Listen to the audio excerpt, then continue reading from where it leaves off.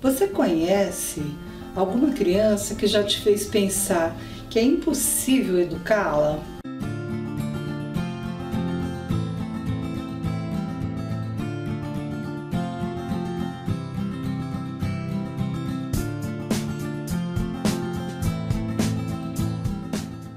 Oi pessoal, eu sou a Cláudia Lopes e nesse vídeo eu vou falar sobre as dificuldades na educação das crianças hoje em dia, principalmente em relação a essa questão da autoridade. É cada vez mais comum encontrar falas do tipo eu já tentei tudo com ele, eu não consigo, ele se recusa a fazer as coisas e quando a gente quer que ele faça algo que ele não quer fazer, se cria uma situação completamente insustentável, enfim, umas falas de desistência de que não consegue educar aquela criança. E quando a gente vai olhar que criança é essa, geralmente são crianças de 3, 4 anos, até menos, e já colocando assim numa idade tão precoce a família num estado de desespero total, sem saber que atitude tomar. Quando a gente vê essas situações, a gente fica se perguntando como é que as coisas chegaram nesse ponto. A impressão que dá é que os pais e os professores, que também estão envolvidos nessas histórias, não sabem mais como educar, não sabem mais o que fazer com as crianças. E aí é importante a gente discutir alguns aspectos dessa situação. Esse discurso de que não sabemos educar, o aumento das famílias que dizem que não sabem educar, é um fenômeno bastante atual, essa questão das famílias que não sabem o que fazer, que não sabem educar os seus filhos. Bastante atual porque os nossos pais ou os nossos avós não tinham esse tipo de problema.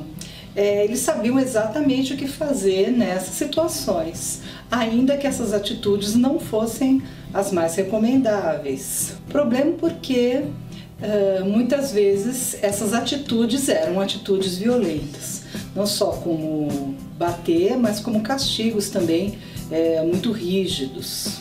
E esse tipo de atitude já foi comprovada que não dá certo. Se a violência, a restrição excessiva corrigisse as pessoas, a gente não teria mais problemas no mundo atual e isso não é verdade. É muito importante refletir quando se tem esse tipo de ideia. Antigamente as crianças respeitavam os adultos, a mãe só olhava, a criança já sabia o que fazer. É muito importante poder refletir se o que acontecia era motivado por respeito ou por medo.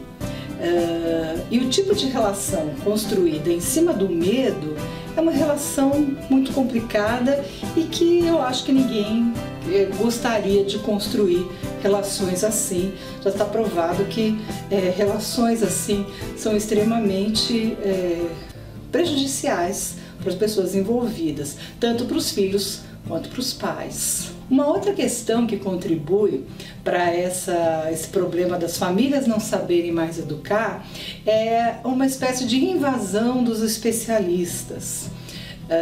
Vamos pensar numa situação, por exemplo, de uma mãe que acha um cigarro de maconha no quarto do filho.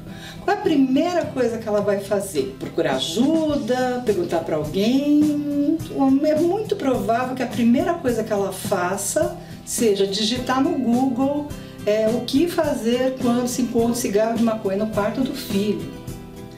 Porque, de alguma forma, socialmente hoje se incentiva que as famílias procurem orientação de especialistas ao invés de tomarem atitudes na educação dos filhos. Então, os pais vão querer ouvir um psicólogo, ouvir um médico, procurar ler artigos. E isso, se por um lado pode ter até o seu lado positivo, os pais estão querendo acertar, tomar a atitude mais correta possível, também tem um lado negativo que eles se sentem despotencializados e incapazes de tomar atitudes por si mesmos, baseados nos seus recursos. na sua potência como família para a educação daquela criança, daquele jovem. Aí então a gente tem um quadro de uma desconfiança básica dessas famílias na sua própria capacidade de educar. Um medo de traumatizar, um medo de fazer alguma coisa muito errada, que os leva a ficarem estáticos e não tomar uma intervenção na hora adequada, né? Não agir na hora adequada. E dessa maneira também eles vão evitando responsabilidade sobre aquele comportamento da criança, sobre a sua própria educação. Algumas ações acabam se tornando verdadeiras bolas de neve, e quando os pais se dão conta, eles estão completamente reféns de determinadas situações, e aí vai ficando cada vez mais difícil ter uma atuação no sentido de resolver a questão. Nós temos uma mistura explosiva aí de vários fatores explicativos. Muito sentimento de culpa, porque os pais não passam o tempo que eles gostariam com os filhos, trabalham demais, se veem muito pouco. Uma outra questão também é uma cobrança que as famílias se colocam, principalmente por padrões divulgados aí pela mídia, do que deve fazer uma mãe, do que deve fazer um pai. Padrões, uma perfeição que não existe, que não pode ser conquistada. Mesmo assim, essas cobranças são muito fortes. Cada vez mais existe a dificuldade de dizer não para essa criança, de colocar limites, uma grande necessidade de justificar muitas vezes ações com crianças muito pequenas que não têm a menor condição de entender o porquê que o pai e a mãe estão colocando aqueles limites. Então fica cada vez mais difícil dizer um não, limitar aquele comportamento da criança. É claro que nas nossas relações humanas, a comunicação não verbal é muito forte, a criança sente aquela hesitação na hora daquele não, dito com tanto medo, com tanta culpa, e ela obviamente é inteligente, vai testando os limites e acaba descobrindo formas de conseguir o que ela quer, formas de romper aí aqueles limites colocados pelos pais, que já não estavam tão seguros daquilo. Então aí a gente já viu o cenário trágico que vai se formando. Também parece haver, de certa forma, muito medo por parte dos pais de perder o amor dos filhos. E dessa forma, então, eles querem fazer tudo para agradar, para serem amados, para que não coloquem esse amor em risco. Essa questão talvez seja a questão mais preocupante desse quadro todo, porque que tipo de relação se está estabelecendo aí? Que tipo de mensagem se está passando? Parece um tipo de relação superficial. Eu te agrado, eu te dou coisas, então eu consigo seu amor por isso.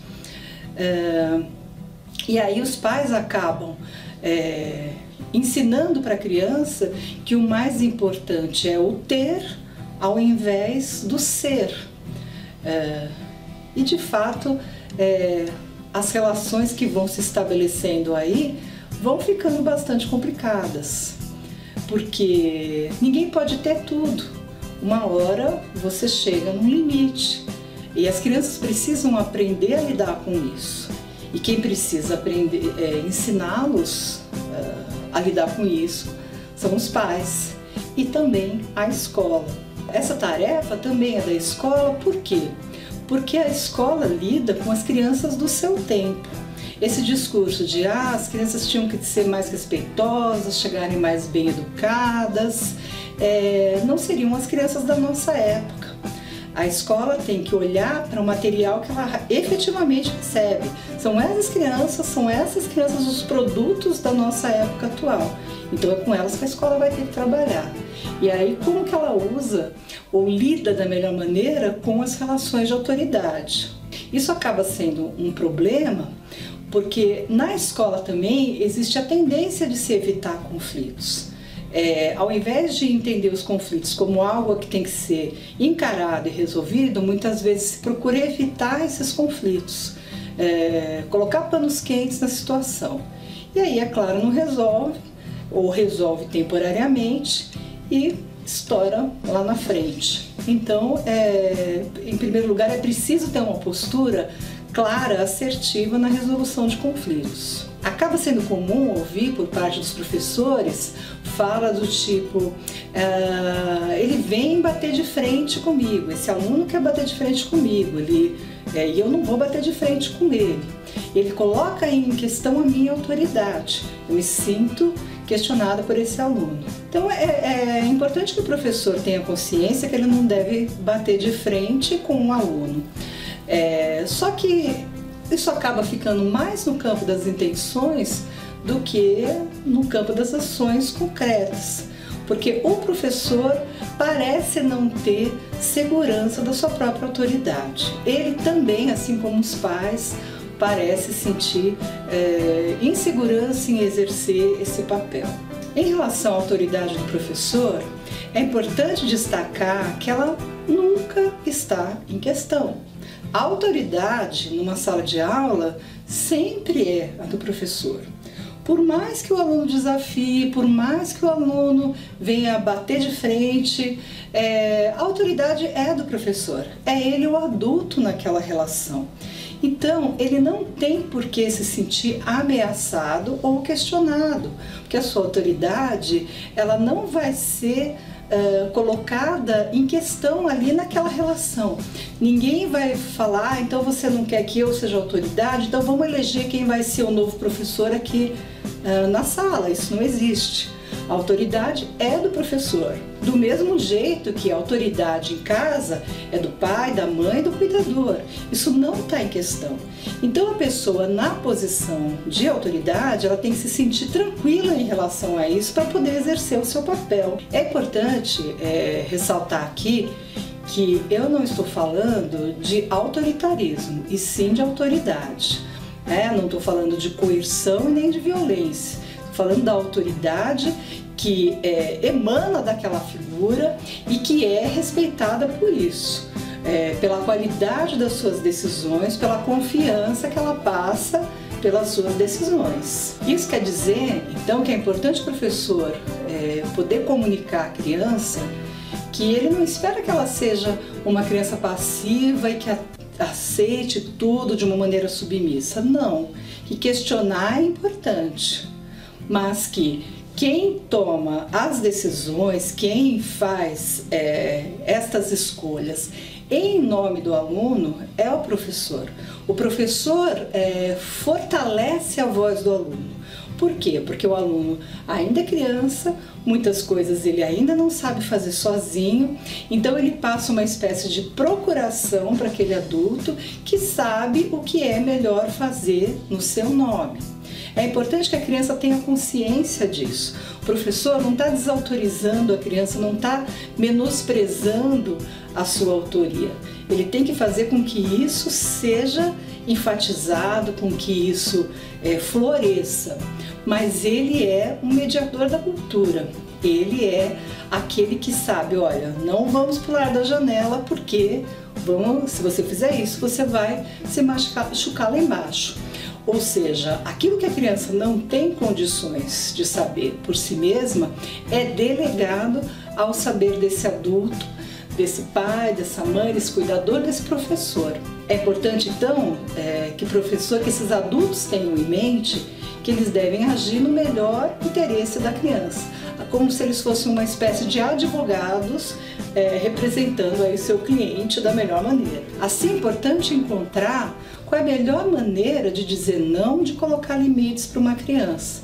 Muitas vezes isso vai poder ser explicado, conversado, e outras vezes o pai, o professor, não vai poder explicar, porque está além da capacidade da criança entender por que é que ela não pode pular da janela.